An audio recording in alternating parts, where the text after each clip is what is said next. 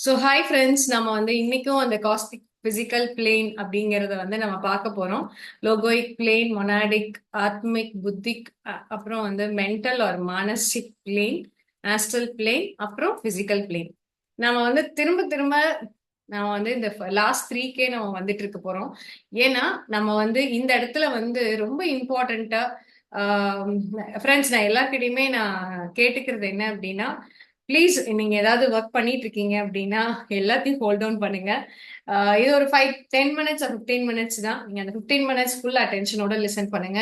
Notes எடுக்கணும்னாலும் எடுத்து வச்சுக்கோங்க. Because இது ஆஹ், இன்னைக்கு இது நடக்குது, அவ்வளவுதான் என்னால சொல்ல முடியும். இது எப்படி மறுபடியும் மேனிஃபெஸ்ட் ஆகும்னு எனக்கு தெரியாது, அதனால நான் சொல்றேன். So please listen to it. நம்ம ஏற்கனவே நம்ம பார்த்திருக்கோம், இந்த ஹோல் இதுவும் சேர்ந்துதான் ஒரு சோல் அப்படிங்கிறத பார்த்திருக்கோம். அந்த சோல் எப்படி பிறப்பெடுக்குது அப்படின்னு சொல்லி பார்த்தோம்னா, மேல இருந்து எல்லாமே பார்த்துட்டே வரும். ஒவ்வொரு இதுவா வந்துட்டே இருக்கும். சோ ஒரு ஹியூமன் சோல் பிறப்பெடுக்குது. ஹியூமன் சோல் பிறப்பெடுக்குது அப்படிங்கிறப்ப எங்க அவங்க மாட்டுவாங்க அப்படின்னு சொன்னா, இந்த மென்டல் பிளேன்ல தான் அவங்க சிக்குவாங்க. எங்கன்னா அந்த மென்டல் பிளேன் அப்படின்னு நம்ம சொல்றோம்ல, அந்த தேர்ட் டைமென்ஷன், அந்த இடத்துலதான் என்ன கேட்டகரைஸ் ஆகுதுன்னா ரெண்டு வருது. ஒண்ணு சோல் மைண்ட், இன்னொன்னு பாடி மைண்ட். ஓகேவா? சோ இந்த இடத்துல சோல் மைண்ட் அப்படிங்கிறது என்னன்னா, மேல புத்திக் பிளேன்ல இருந்து அதுக்கு மேல மொனாடிக்ல இருந்து நமக்கு வர இன்ஃபர்மேஷனை கேதர் பண்ணக்கூடிய தன்மை யாருக்கு இருக்கும்னா, சோலோட மைண்டுக்கு தான் அது இருக்கும். பிசிக்கல் பாடி மைண்டுக்கு அந்த தன்மை இருக்காது. ஓகேவா? பாடி மைண்ட்னால எங்க வரைக்கும் இயங்க முடியும்னா, இமோஷன்ஸ், பிசிக்கல், இந்த கீழே இருக்கிற இந்த 3 நிலையில மட்டும்தான் பாடி மைண்ட்னால வேலை பார்க்க முடியும். அதுக்கு மேல அது போக முடியாது. புத்தி பிளேனுக்குள்ள அதை எட்டி கூட பார்க்க முடியாது. ஏன்னா அதனுடைய கெப்பாசிட்டி அவ்வளவுதான். அதுக்கு கொடுக்கப்பட்டிருக்கிற ரெஸ்பான்சிபிலிட்டி, பொறுப்பு அவ்வளவுதான். அதனால அதுக்கு மேல அதனால போக முடியாது. ஓகேவா? ஆனா நீங்க என்ன பண்ண முடியும் அப்படின்னா, அந்த பாடி மைண்ட்ல இருந்து உங்களுடைய எண்ணங்களை சோல் மைண்டுக்கு நீங்க ஷிஃப்ட் பண்ணிட்டீங்கன்னா, நீங்க மேல எந்த பிளேனுக்கு வேணாலும் போயிட்டு வர முடியும். ஓகேவா? சரி, இப்படியே இருந்துக்கலாம்ல, எதுக்கு இந்த சோல் மைண்டு இதெல்லாம் அப்படின்னு சொல்லி நீங்க பாத்தீங்க அப்படின்னா, இந்த பாடி மைண்ட் எதுக்கு அப்படின்னா, பாடி மைண்டு தான் கேமே. ஓகேவா? கேம்ல உங்களுக்கு இருக்கிற ட்விஸ்ட் என்ன அப்படின்னா, பாடி மைண்ட் தான். பாடி மைண்ட் உங்களை என்ன பண்ணும் அப்படின்னா, இந்த இமோஷனல் பிளேனுக்குள்ளேயும் பிசிக்கல் பிளேனுக்குள்ளேயுமே சிக்க வச்சுக்கிட்டே இருக்கும். அது சார்ந்த எண்ணங்களை உருவாக்கிக்கிட்டே இருக்கும். அது சார்ந்த மன உளைச்சலை உங்களுக்கு கொடுத்துக்கிட்டே இருக்கும். அது சார்ந்த உணர்வுகளை உங்களுக்கு ஜெனரேட் பண்ணிட்டே இருக்கும். இப்ப பிசிக்கல் பிளேன் சார்ந்த ஆசைகளையோ இல்ல எண்ணங்களையோ உணர்வுகளையோ செயல்களையோ செயல்படுத்த வச்சுக்கிட்டே இருக்கும். அதுதான் பாடி மைண்டினுடைய ரோல். பாடி மைண்ட் அதை சிறப்பா செய்யும். ஆனா பாடி மைண்ட நீங்க எதுக்கு யூஸ் பண்ணிக்கணும் அப்படின்னா, பாடி மைண்டுக்குன்னு பாசிட்டிவ் ரோல்ஸ் நிறைய இருக்கு. எதுக்காக அப்படின்னா, உங்களோட இமோஷன்ஸ் எப்படி இருக்கு அப்படின்னு பார்க்கணும்னா, நீங்க கீழ்நிலை, அதாவது இந்த 7th லெவல்ல இருக்கீங்களா, இல்ல 6th லெவல்ல இருக்கீங்களா, இல்ல 5th லெவல்ல இருக்கீங்களா அப்படிங்கறதையெல்லாம் நீங்க தெரிஞ்சுக்கணும் அப்படின்னு வச்சுக்கோங்களேன். அது பாடி மைண்ட் எங்க ட்ராப் ஆயிருக்கோ, ஓகேவா, 7th லெவல்ல இருந்துச்சு இல்ல 6th லெவல்ல இருக்கு அப்படின்னா, பாடி மைண்ட் அதுல நான் இங்க இருக்கேன் அப்படின்னு அடையாளம் காட்டும் போது, சோல் மைண்ட் என்ன பண்ணும், தன்னோட அட்டென்ஷன் அதுக்கு கொடுத்து தேவையான எனர்ஜியை கொடுத்து பாடி மைண்ட் அங்க இருந்து விடுவிச்சு கூட்டிட்டு வரணும். பாடி மைண்ட் அந்த வேலை தான் செய்யும். ஏன்னா அதுக்கான ரெஸ்பான்சிபிலிட்டி அதுதான். ஓகேவா ஃப்ரெண்ட்ஸ்? சோ அது கண்டிப்பா அது செய்யதான் செய்யும். அதனால நம்ம பாடி மைண்டை தவிர்க்கவே முடியாது. அதை திட்டவும் கூடாது, கோச்சுக்கவும் கூடாது அப்படிங்கிறது. அப்போ சோல் மைண்ட் எப்ப வேலை செய்யும் அப்படின்னா, பாடி மைண்டுக்கு எந்த வேலையுமே இல்லாம இருக்கும் போதுதான் சோல் மைண்ட் வேலை பார்க்கும். பாடி மைண்ட் எப்ப வேலை இல்லாம இருக்கும்? பாடி மைண்டுக்கு எந்த விதமான எண்ணங்களும் இல்லாம இருக்கும் போதுதான் பாடி மைண்ட் வேலை செய்யாம இருக்கும். அந்த இடத்தை தான் பத்ரிஜி என்ன சொல்றாருன்னா, நோ மைண்ட் ஸ்டேட் அப்படின்னு சொல்றாரு. ஓகேவா? No body mind state. No body mind ஸ்டேட்ல நீங்க இருக்கும்போது உங்களோட அந்த சோல் கான்சியஸ்னஸ் அப்படிங்கிறது ஓபன் ஆக ஆரம்பிக்கும். சோ இப்ப நீங்க தொடர்ந்து அந்த பாடி மைண்ட சைலன்ஸ் பண்றதும் உங்க சோல் மைண்ட் தொடர்ந்து செயல்படுறதுக்கும் நீங்க என்ன பண்ணணும்னா, கண்டினியூஸா பிராக்டிஸ் பண்ணணும். தொடர்ந்து பயிற்சி பண்ணணும். எவ்வளவு நாளைக்கு பண்ணணும்? 365 டேஸும் பண்ணணும். எவ்வளவு நேரம் பண்ணணும்? 24x7 பண்ணணும். அப்படின்னா மட்டும்தான் உங்களோட அந்த சோல் கான்சியஸ்னஸ்லயே உங்களால இருக்க முடியும். சரி, அந்த பயிற்சி பண்றதுக்கான சப்போர்ட்டிங்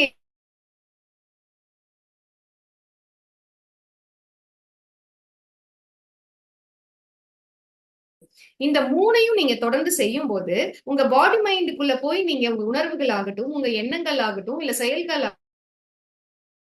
ஆகட்டும், அது ட்ராப் ஆகும்போது என்ன பண்ணும் அப்படின்னா, நீங்க தொடர்ந்து இந்த மூணுலயும் உங்களை ஈடுபடுத்திக்கும் போது அதுல இருந்து உங்களை விடுவிச்சு உங்களை சோல் மைண்டுக்கு கூட்டிட்டு வரும்.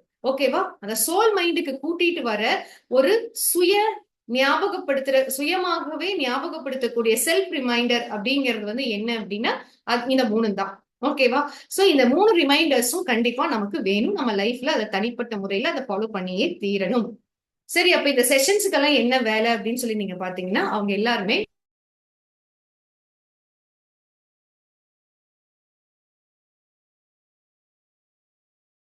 அப்படிங்கறதெல்லாம் கிடையாது.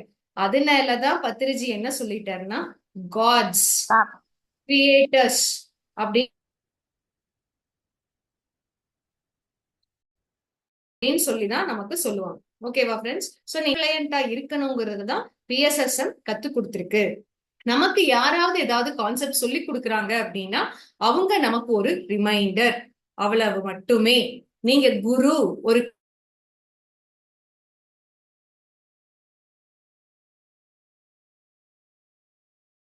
செல்ஃப் மாஸ்டரி டெவலப் ஆகாதுன்னா என்ன? உங்கனால இந்த மென்டல் பிளேனை தாண்டி மேல இருக்கிற அந்த புத்தி பிளேனுக்குள்ள போகவே முடியாது. அந்த மென்டல் பிளேன்ல 7 லெவல்ஸ் இருக்கு. அந்த 7th இருந்து நீங்க ஃபர்ஸ்ட் கொண்டுட்டு வர்றதுக்கே நீங்க நிறைய ஹோம்ஒர்க் பண்ணணும், நிறைய பிறப்புகள் எடுக்கணும், நிறைய ஜென்மங்கள் எடுக்கணும். அப்படி இருக்கும்போது இங்க இருந்து அடுத்தது புத்தி பிளேனுக்கு போகணும் அப்படின்னா நீங்க எனக்கு அந்த நபர் தான் கரெக்ட், ஓஷோ மட்டும் தான் கரெக்ட், பத்திரிஜி மட்டும் தான் கரெக்ட், இல்ல டாக்கோ மட்டும் தான் கரெக்ட் அப்படின்னு நீங்க ஸ்ட்ரக் ஆகி நின்னீங்க அப்படின்னா யூ வில் நாட் க்ரோ. அதையும் பிரேக் பண்றதுக்கு தான் பத்திரிஜி என்ன சொன்னாரு, சுவாத்தியாய யோகா அப்படின்னு சொல்லிட்டு எல்லா புக்ஸையும் நீங்க படிங்க, யூ டூ த எக்ஸ்பெரிமெண்ட் அப்படின்னு சொன்னாரு. அந்த ஆராய்ச்சியில உங்களை நீங்களே ஈடுபடுத்திக்கோங்க அப்படின்னு சொல்லி PSSM பிரேக் பண்ணுச்சு. ஓகேவா ஃப்ரெண்ட்ஸ்? சோ இப்போ வந்து சுவாத்தியாய யோகா எப்படி இம்பார்ட்டன்ட்ங்கிறது உங்களுக்கு தெரியும். ஓகேவா? அப்படின்னா நான் இங்க இந்த சார்ட் இங்க கொடுத்துருக்கீங்க. இதுல நான் என்ன புரிஞ்சுக்கணும் அப்படின்னு சொல்லி பாத்தீங்கன்னா, என்னோட பாடி மைண்ட் எங்க இருந்து வேலை பார்க்குது? மென்டல் பிளேன்ல இருந்து வேலை பார்க்குது. என்னோட சோல் மைண்ட் எங்க இருந்து வேலை செய்ய ஆரம்பிக்கணும்? அதுவும் மென்டல் பிளேன்ல இருந்து. அப்போ என்னோட எண்ணங்கள் வரும்போது அதுக்கு பின்னாடியே என்ன வந்துடும்? கீழே இருக்கிற ஆஸ்ட்ரல் பிளேன், அதாவது இமோஷன்ஸ், என்னுடைய உணர்வுகளும் பின்னாடியே வரும். அப்போ நான் மெடிடேஷன் தொடர்ந்து பண்ணி என்னுடைய எண்ணங்களையும் என்னுடைய உணர்வுகளையும் நான் தள்ளி இருந்து பார்க்க என்ன நானு பழக்கப்படுத்திக்கணும். அப்போ என்ன நானே பழக்கப்படுத்திக்கும் போது என்னுடைய எண்ணங்கள் பாடி ரிலேட்டடா, அதாவது பிசிக்கல் வேர்ல்ட் ரிலேட்டடா, பௌதீக உலகம் சார்ந்ததாக இருக்கிறதா இல்ல ஆன்மா சார்ந்ததாக இருக்கிறதா அப்படின்னு பார்க்கணும். 2 இதுல பார்க்கணும். ஒண்ணு பௌதீகமா இருக்குதா இல்ல ஆன்மா சார்ந்ததா இருக்கா அப்படின்னு பார்க்க தெரியணும். பார்க்கறதுக்கு உங்களை நீங்க பழக்கப்படுத்தணும். அதுதான் அருள் செல்வி மேம் வந்து கணேசரோட மெசேஜ்ல சொன்னாங்க. என்ன சொன்னாங்கன்னா, நான் படிச்சா பத்தாது, அப்ளிகேஷன் அப்படிங்கிறதுக்குள்ள நான் போகணும். அப்போ என்னுடைய எண்ணங்களை நான் பார்க்கணும். என்னுடைய எண்ணங்கள் வந்து இப்ப என் குழந்தைய நான் வளர்த்தும் போது என் குழந்தைக்கு சாப்பாடு ஊட்டுறேன் அப்படிங்கும் போது என்னுடைய எண்ணம் எப்படி இருக்கணும், என்னுடைய இன்டென்ட், என்னுடைய நோக்கம் எப்படி இருக்கணும்? அந்த குழந்தைக்கு நல்லா சாப்பாடு கொடுக்கணும், ஆரோக்கியமான சாப்பாடா நான் சமைச்சு கொடுக்க எனக்கு தெரியணும், நல்ல சின்சியரா அந்த குழந்தைய வந்து நல்லா நல்லா நரிஷ்டா பாத்துக்க எனக்கு தெரியணும், வயிறு நம்ம சாப்பிட ஊட்டி விட்டுட்டணும் அப்படிங்கிற இன்டென்ட் எனக்கு இருக்கணும். ஆனா இது வந்து என்ன, ஒரு ரெஸ்பான்சிபிளான ஒரு சோல் கான்சியஸ்ல இருந்து திங்க் பண்றவங்க அப்படி யோசிப்பாங்க. இதே பிசிக்கல் கான்சியஸ்ல இருந்து, பிசிக்கல் பாடி மைண்ட் கான்சியஸ்ல இருந்து யோசிக்கிறவங்க, ஐயோ சாப்பிட்டாதான் என்ன, சாப்பிட்டு போய் நான் சீரியல் பார்க்கணும், ஐயோ சாப்பிடவே மாட்டேங்குது, என்ன செஞ்சு கொடுத்தாலும் சாப்பிடவே மாட்டேங்குது, we come out with all complaints. அப்ப அந்த நெகட்டிவ் இமோஷன்ஸ், நெகட்டிவ் தாட்ஸ் இது எல்லாமே நம்ம வச்சுட்டே இருக்கோம் அப்படின்னா நம்ம பாடி மைண்ட்ல ஸ்ட்ரக் ஆகி நிக்கிறோம் அப்படின்னு அர்த்தம். ஓகேவா? எதையெல்லாம் பாடி மைண்ட் சார்ந்ததா நம்ம யோசிக்கிறோமோ அதை வந்து என்ன சொல்றாங்க, பாடி மைண்டுங்கிறத வந்து இன்னொரு வார்த்தை கூட யூஸ் பண்றாங்க. அது என்ன அப்படின்னு சொல்லி பாத்தீங்க அப்படின்னா அதை வந்து ஈகோ அப்படின்னு சொல்றாங்க. ஓகேவா ஃப்ரெண்ட்ஸ்? ஈகோல இருந்து நம்மள டிட்டாச் பண்ணிக்க நம்மளுக்கு தெரியணும். அதாவது நான் என்னோட பாடி மைண்ட்ல இருந்து என்ன டிட்டாச் பண்ணி எனக்கு வேலை பார்க்க தெரியணும் அப்படிங்கிறது. சோ அப்ப நான் எங்க இருந்து வேலை பார்க்க ஆரம்பிக்கணும்? என்னோட மென்டல் பிளேன்ல தான் நான் ஃபர்ஸ்ட் ஸ்டார்ட் பண்ணணும். அப்போ என்னுடைய எண்ணங்கள்ல தான் நான் ஃபர்ஸ்ட் ஸ்டார்ட் பண்ணணும். அப்ப எண்ணம், சொல், செயல், உணர்வுகள் அப்படின்னு நம்ம சொல்றோம். எண்ணம், சொல் அப்படிங்கிறது ரெண்டுமே வந்து மென்டல் பிளேன்ல வந்துரும். என்னுடைய மென்டல் பிளேன்ல நான் 7ஆம் நிலையில நான் இருக்கேன் அப்படின்னா கீழ்த்தரமான எண்ணங்களும் கீழ்த்தரமான சொற்களையும் நான் பயன்படுத்துவேன். ஆனா இதுவே நான் நிறைய தகவல்கள் சேகரிச்சு, அறிவு சேகரிச்சு, தரமான மக்களோட நான் பழகுறதும், தரமான புத்தகங்களை வாசிக்கிறதுனாலையும் என்னுடைய படிநிலை அப்படிங்கிறது 7ஆம் நிலையில இருந்து 6ஆம் நிலைக்கு போகுது. 6ல இருந்து 5, 5ல இருந்து 4 அப்படின்னு போகும்போது மேல்மட்ட உயர்மட்ட எண்ணங்களையும் உயர்மட்ட வார்த்தைகளையுமே நான் பயன்படுத்த ஆரம்பிக்கிறேன் அப்படிங்கிறது. சரி, அப்படி நான் பயன்படுத்தும் போது என்ன நடக்குது அப்படின்னு சொல்லி பாத்தீங்கன்னா, என்னுடைய உணர்வுகள்ல மாற்றங்கள் வருது. என்னுடைய உணர்வுகள் எப்படி இருக்குதுங்கிறத நான் பார்க்க ஆரம்பிக்கிறேன். என்னுடைய உணர்வுகளை சமநிலையில நான் கொண்டு வரேன். என்னோட உணர்வுகளை கையாளும் திறமையை நான் டெவலப் பண்ணிக்கிறேன் அப்படிங்கிறது. அப்ப நான் என்ன பண்றேன்? மறுபடியும் உணர்வுகள்ல எந்த நிலையில இருந்து 7ஆம் நிலையில இருந்து பொறுமையா கொஞ்சம் கொஞ்சமா கொஞ்சம் கொஞ்சமா முன்னேற்றி நான் முதல் நிலைக்கு நான் போறேன். அப்போ ஆட்டோமேட்டிக்கா என்னுடைய பிசிக்கல் பாடியில வந்து மாற்றங்கள் நடக்க ஆரம்பிக்கும். நான் வந்து ஃபேஷியலே பண்ணலன்னா கூட என்னோட ஃபேஸ் வந்து அழகா தெரியும். நான் ரொம்ப ஹெல்தியா இருப்பேன். ரொம்ப நல்லா ஃபிட்னஸோட நான் இருப்பேன் அப்படிங்கிறது. அதே மாதிரி என்னோட மெட்டீரியலிஸ்டிக்கான லைஃப்ல பணம் சார்ந்த பிரச்சனைகள் எல்லாமே எனக்கு தீர ஆரம்பிக்கும். உறவுகள் சார்ந்த பிரச்சனைகள் எனக்கு தீர ஆரம்பிக்கும். இது எல்லாமே எனக்கு நடக்கும் அப்படிங்கிறது தான். எங்க நான் மாற்றத்தை கொண்டு வரேன்? மேல இருக்கிற அந்த 3ஆம் நிலையான மென்டல் பிளேன்ல என்னுடைய எண்ணங்கள்லையும் சொற்கள்லையும் நான் கொண்டு வர மாற்றமானது என்னுடைய உணர்வுகள்லையும் என்னோட பௌதீக உலகத்திலையும் மாற்றங்களை ஏற்படுத்துது அப்படிங்கிறதுல எந்த விதமான ஐயமும் நமக்கு வேண்டியதில்லை. ஓகேவா? எந்த டவுட்டுமே நம்ம பண்ண வேண்டியது கிடையாது. இதை நம்ம ஞாபகம் வச்சுக்கணும். அப்ப என்ன மாதிரியான மாற்றம்? இது ஒண்ணு நடக்குதா? இன்னொன்னு வந்து என்ன நடக்கும் அப்படின்னா, இப்ப சப்போஸ் என்னோட மென்டல் பிளேன்ல வந்து நான் சேஞ்ச் கொண்டு வரேன். ஒரு எக்ஸாம்பிள் சொல்றேன் உங்களுக்கு. நான் வந்து என்ன பண்றேன்னா, நான் புக்கு என்கிட்ட இங்கிலீஷ் புக்கு நீங்க என் கையில கொடுத்துட்டீங்க. நீ படி அப்படின்னு சொல்றீங்க. ஆனா நான் கொடுத்ததே எனக்கே இது புரியாது. இதை போய் படின்னு இந்த அம்மா சொல்லுது பாரு அப்படின்னு நீங்க யோசிப்பீங்க. சொல்லுவேன், நான் யோசிக்கிறேன்னு வச்சுக்கோங்க. இவங்க தேவையில்லாம இந்த புக்கு எங்கிட்ட எதுக்கு கொடுக்குறாங்க, வேலை என்ன எதுக்கு அப்படின்னு நான் நினைக்கிறேன்னு வச்சுக்கோங்களேன். நான் என்னோட சக்ரா இருக்கு இல்லையா, என்னோட சக்ராஸ்ல வந்து என்ன ஆயிரும்னா ஒரு லேயர் ஃபார்ம் ஆயிடும். என்ன லேயர் ஃபார்ம் ஆகும்? மேல இருந்து இந்த புத்திக் பிளேன்ல, அதுக்கு மேல இருக்கிற மொனாடிக் பிளேன், அதுக்கு மேல இருக்கிற லோகோயிக் பிளேன்ல இருந்தாலும் வரக்கூடிய எனர்ஜி இருக்கு பாத்தீங்களா, அதை நான் வந்து பிளாக் பண்றேன். என்ன பண்றேன்? என்னுடைய நெகட்டிவ் தாட்னால. எனக்கு இங்கிலீஷ் படிக்க தெரியாது ஒரு தாட். அடுத்தது நமக்கு வேலை இல்லை, கொண்டு வந்து எங்கிட்ட புக்கை கொடுக்குது. ஓகேவா? படினா எப்படி படிக்கிறது? எனக்கு ஈகோ. எனக்கு இருக்கிற வேலையில இந்த புக்கை வேற நான் படிக்கணுமா? Egoic thought. என்னோட தாழ்வு மனப்பான்மை, என்னோட இயலாமை, என்னுடைய முயலாமை, இது எல்லாத்துக்கும் மேல ஈகோ. எனக்கு தெரியாதா அப்படின்னு. சோ இது எல்லாமே என்ன பண்ணுது அப்படின்னா, இந்த மென்டல் பிளேன்ல இருக்கக்கூடிய அந்த சக்ராவை ஒரு லேயரா க்ளோஸ் பண்ணிக்கிட்டே வருது. அப்ப என்ன ஆகுது? எனக்கு புத்திக் பிளேன்ல இருந்து வரக்கூடிய அந்த ஆற்றலை யாரு பிளாக் பண்றாங்க? என்னுடைய எண்ணங்கள் தான் அதை பிளாக் பண்ணுது. ஓகேவா? அப்போ இதை நான் பல ஜென்மங்களுக்கு நான் இதே எண்ணத்தோட நான் டிராவல் பண்றேன் அப்படிங்கும் போது ஒரு லேயர் 10 லேயர் ஆகுது, 10 100 லேயர் ஆகுது, 100 1000 லேயர் ஆகுது. கடைசியில அந்த சக்கராவே இயங்காம கிறிஸ்டலைஸ் ஆயிருது. கிறிஸ்டல்னா என்ன? நம்ம பார்த்திருக்கீங்க தானே? கிறிஸ்டல்லாம் எப்படி கல்லு மாதிரி இருக்கும் இல்லையா, அந்த கிறிஸ்டல். அந்த சக்கராவே இயங்காம அப்படியே தேக்கம் நிலையில நின்னு போயிருது. சோ அப்ப நான் என்னுடைய எண்ணங்களையும் என்னுடைய வார்த்தைகளையும் தொடர்ந்து நேர்மறையான பாசிட்டிவான எண்ணங்களையும், மிராக்குலஸ் அற்புதமான எண்ணங்களையும் அற்புதமான வார்த்தைகளையும் நான் பயன்படுத்த ஆரம்பிக்கணும். அப்படிங்கிறப்போ என்ன ஆகுது அப்படின்னா, அந்த சக்கராவை சுத்தி இருக்கக்கூடிய ஒவ்வொரு லேயரா பொறுமையா, எத்தனை வருஷம் ஆகுது, எத்தனை ஜென்மம் ஆகுதுன்னு தெரியாது, எவ்வளவு திக்னஸ் இருக்குங்கிறதும் நம்மளுக்கு தெரியாது. ஆனா தொடர்ந்து ஹிட் பண்ணி எதன் மூலமா? நேர்மறை எண்ணங்கள் மூலமா அதை ஹிட் பண்ணி அந்த கிறிஸ்டலைஸ் ஆயிருக்கிற அந்த கல்லா இருக்கிற அந்த சக்கராவை ஆக்டிவேட் பண்ண ஆரம்பிக்கிறேன். ஓகேவா? எந்த நெகட்டிவ் தாட்டாக இருந்தாலும், நான் அருள்செலி மேம பழி வாங்கணும்னு நினைக்கிறேன், இல்ல பங்கஜ மேம கொலை பண்ணணும்னு நினைக்கிறேன், இல்ல பங்கஜ மேம்க்கு ஏதாவது கெடுதல் நடந்துட்டா பரவாயில்ல அப்படின்னு நான் நினைக்கிறேன் அப்படின்னா அவங்களுக்கு நடக்காது. சத்தியமா நடக்காது. அது எங்க நடக்கும் தெரியுமா? என்னோட சக்கரால போய் நின்னு அந்த எனர்ஜி கம்ப்ளீட்டா பிளாக் பண்ணும். எனக்கு தான் நடக்கும். என்னெல்லாம் என்னோட எண்ணங்கள்ல நான் நினைக்கிறேனோ அது எதுவுமே அவங்களுக்கு நடக்காது, எனக்கு நடக்கும். சொந்த செலவுலயே சூனியம் வச்சுக்கிறதுன்னு சொல்றோம்ல, அது இதுதான். சோ எனக்கு தான் நடக்கும். ஓகேவா? யாரையாவது அவன் அப்படி எல்லாம் பண்ணான்ல அதனாலதான் அவனுக்கு இப்படி நடந்துருச்சு அப்படின்னு நான் சொல்றேன்னு வைங்களேன், அதுவும் காசிப் தான். காசிப் அப்படிங்கிறதும் எனக்கு சொந்த செலவுல சூனியம் வச்சுக்கிற மாதிரி தான். கம்பேர் பண்றேன், அதுவும் என்னோட அதுக்குதான் Patriji 5 concept, no gossip, no comparison, no complaints, இதெல்லாம் ஏன் சொன்னாருன்னா, அப்ப அந்த ஸ்டேஜ்ல வந்து இந்த சயின்ஸ் எக்ஸ்பிளைன் பண்ண கேட்கறதுக்கு யாரும் கிடையாது. இப்படி சொன்னாதான் காதுல வாங்குவோம், அதனால இதையெல்லாம் சொல்லி கொடுத்தாரு. ஓகேவா? இன்னைக்கு அந்த சயின்ஸை படிக்கும் போதுதான் பத்திரிஜி எப்படி அந்த ஜூஸ் எக்ஸ்ட்ராக்ட் பண்ணி கொடுத்திருக்காரு அப்படிங்கறது வந்து இப்ப புரியுது. இதே இதே கோமதி தான் அப்போ அதே பாடத்தை கேட்டது. அதனால அந்த டிஃபரன்ஸ் நான் சொல்றேன். இது யாரை வச்சு நான் சொல்லவே இல்லை, என்ன வச்சு மட்டுமே தான் நான் இந்த இடத்துல சொல்றேன். ஓகேவா? சோ அப்ப அந்த கிறிஸ்டலைஸ் ஆயிருக்கிற அந்த அந்த சக்கராவை நான் ஆக்டிவேட் பண்ணணும் அப்படின்னா, நான் எவ்வளவு நேர்மறையான வார்த்தைகளை பயன்படுத்தணும், எவ்வளவு நேர்மறையான சிந்தனைகளை மாத்தணும், எவ்வளவு சுயநலம் இல்லாம நான் வேலை பார்க்கணும் அப்படிங்கிறது.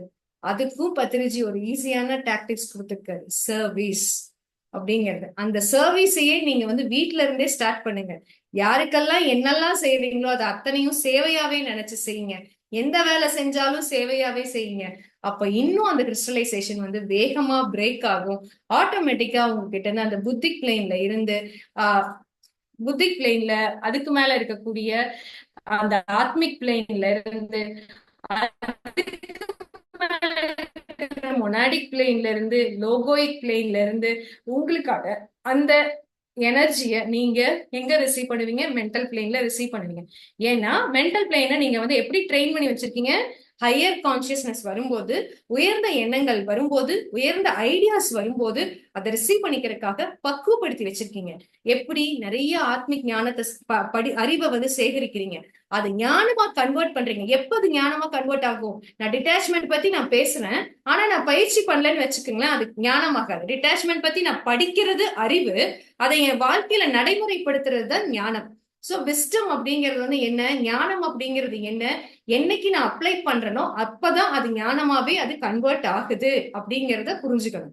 அடுத்தது வந்து என்லைட்டன்மெண்ட் அப்படிங்கிறதுக்கு வந்து ஈஸியான வார்த்தை என்ன அப்படின்னா அண்டர்ஸ்டாண்டிங், புரிதல் அப்படின்னு அர்த்தம். அப்போ எனக்கு வந்து இந்த 7ஆம் நிலையில இருந்து 6ஆம் நிலை போகும்போது ஒரு புரிதல் நடக்குது, 6ல இருந்து 5ஆம் நிலைக்கு நான் போகும்போதும் எனக்கு ஒரு புரிதல் நடக்குது.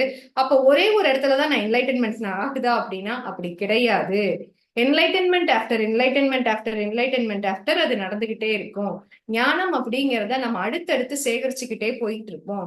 அப்போ இந்த பூமியில வாழ்ற வரைக்கும் அந்த ஞானத்தை சேகரிச்சுக்கிட்டே இருக்கணுமா அப்படின்னு பார்த்தா, பூமியில வாழ்ற வரைக்கும் மட்டும் கிடையாது, ஆன்மாவினுடைய தொடர் பயணத்துல அந்த ஞானம் அப்படிங்கிறத சேகரிக்கிற வேலையை நம்ம தொடர்ந்து செஞ்சுக்கிட்டே தான் இருப்போம். அது எல்லை இல்லா பயணம் அப்படிங்கிறதையும் புரிஞ்சுக்கோங்க.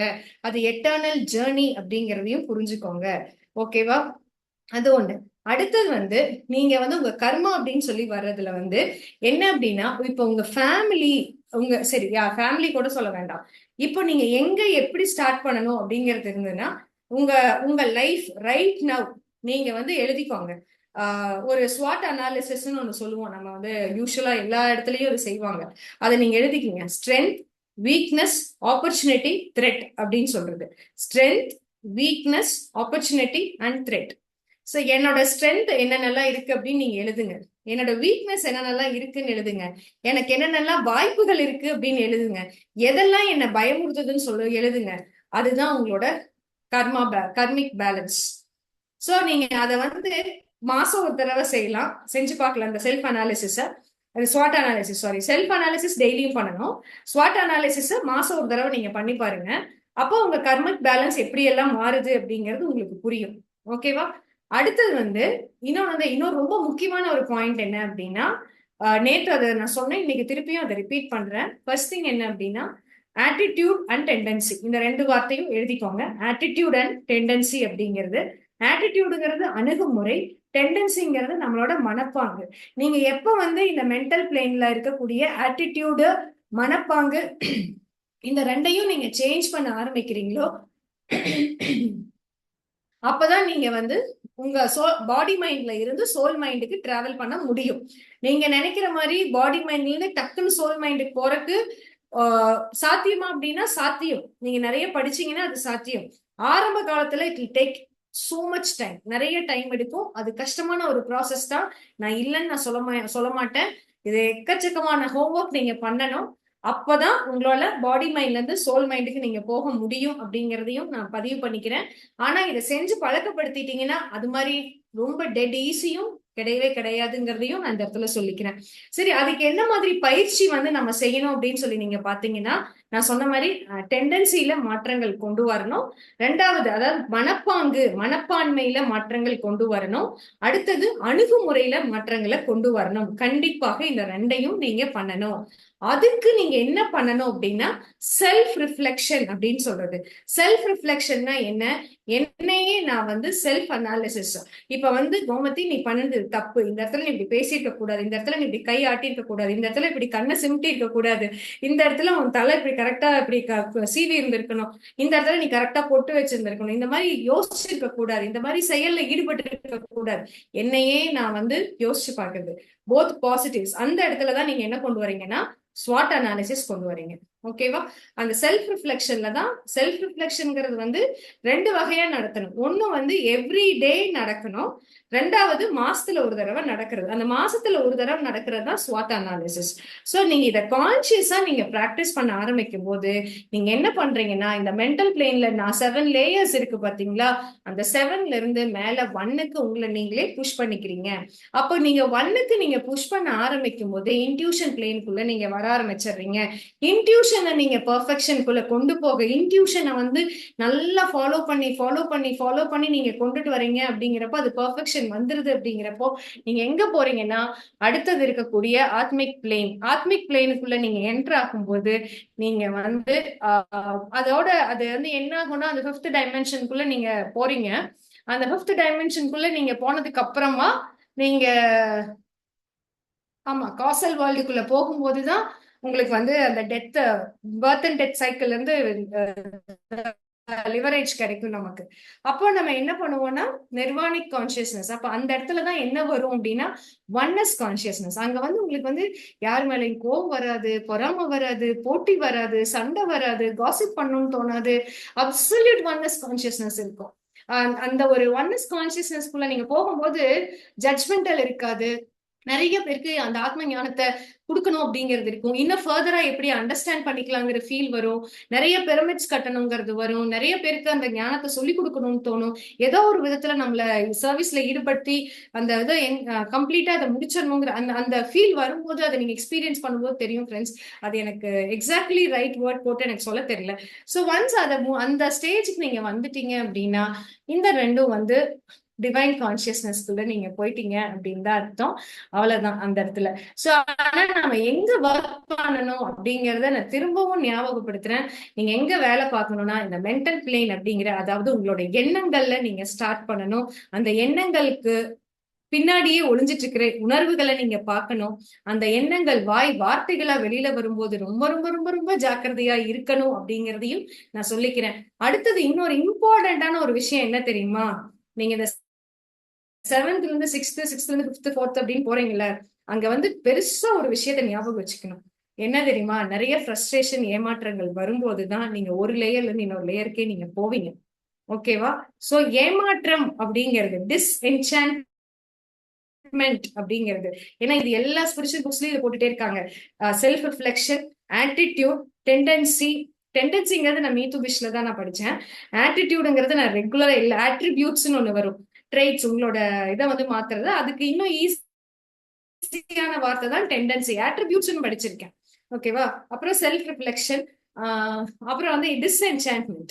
இதை வந்து எல்லா இடத்துலயும் போகணும். நீங்க ஏமாற்றத்தை கட்டாயம் சந்திச்சே தீருவீங்க. அதாவது நீங்க ஒரு கான்சியஸ்ல இருந்து இன்னொரு கான்சியஸ்னஸ்க்கு நீங்க ஷிஃப்ட் ஆகுறீங்க அப்படின்னா அந்த இடத்துல ஏமாற்றம்ங்கிறது பெருசா ரோல் பிளே பண்ணிருக்கும். நீங்க ஏமாற்றத்தை சந்திக்கிறீங்க அப்படின்னாலே நமக்கு வந்து பௌதிக வாழ்க்கையில வந்து கீழே இந்த பிசிக்கல் பிளேன் இருக்கு பாத்தீங்களா, இந்த 7th பிசிக்கல் பிளேன்ல வந்து ஏமாற்றங்கிறது இருக்கக்கூடாது, கம்ஃபர்ட் ஜோன்ல வச்சிருக்கணும் அப்படின்னு சொல்லியிருப்பாங்க இல்லையா?